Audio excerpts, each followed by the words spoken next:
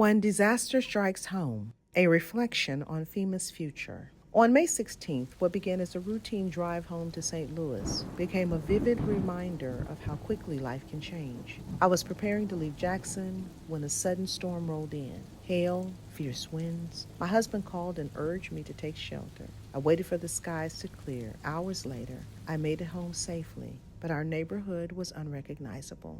We were among the fortunate. Our power stayed on. The roof held. The garden was intact, but just a few blocks away, it looked like a war zone. The storm caused an estimated $1.9 billion in damage, but numbers don't capture the cost of families without homes, local businesses destroyed, entire communities left to start over. Living through that changed how I understand disaster response, especially now when plans like Project 2025 propose limiting FEMA's role to only large, widespread disasters, pushing responsibility for everything else to already overstretched state and local governments. Who decides what qualifies as large? When your roof is gone, when your neighbor has no power for days, when the corner diner collapses, does the federal classification matter? Whether the damage is counted as major or minor, the experience is devastating. And as someone committed to climate and social justice, I find it deeply troubling that these changes are being proposed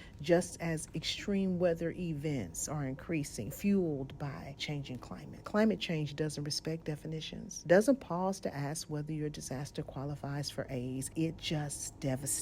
And it's happening more often.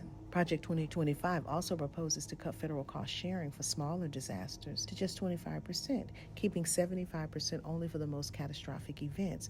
The shift would leave local governments already financially strapped to carry the burden. How do they do that? By raising taxes, cutting services, competing for limited grants. It's not sustainable. It's just not sustainable. Senator Robert Stafford understood this back in 1988 when he helped create the Stafford Act. It wasn't in response to a single storm. It was about recognizing that federal coordination matters before, during, and after disasters. Even if the federal cost per person stays constant, the human cost of reducing support is something we cannot ignore. Right now, in my community, families are still searching for housing, still fighting insurance claims, still trying to rebuild lives. Preparedness grants, often dismissed as wasteful, actually helps us build resilience before disasters strike. That's not waste, that's wisdom.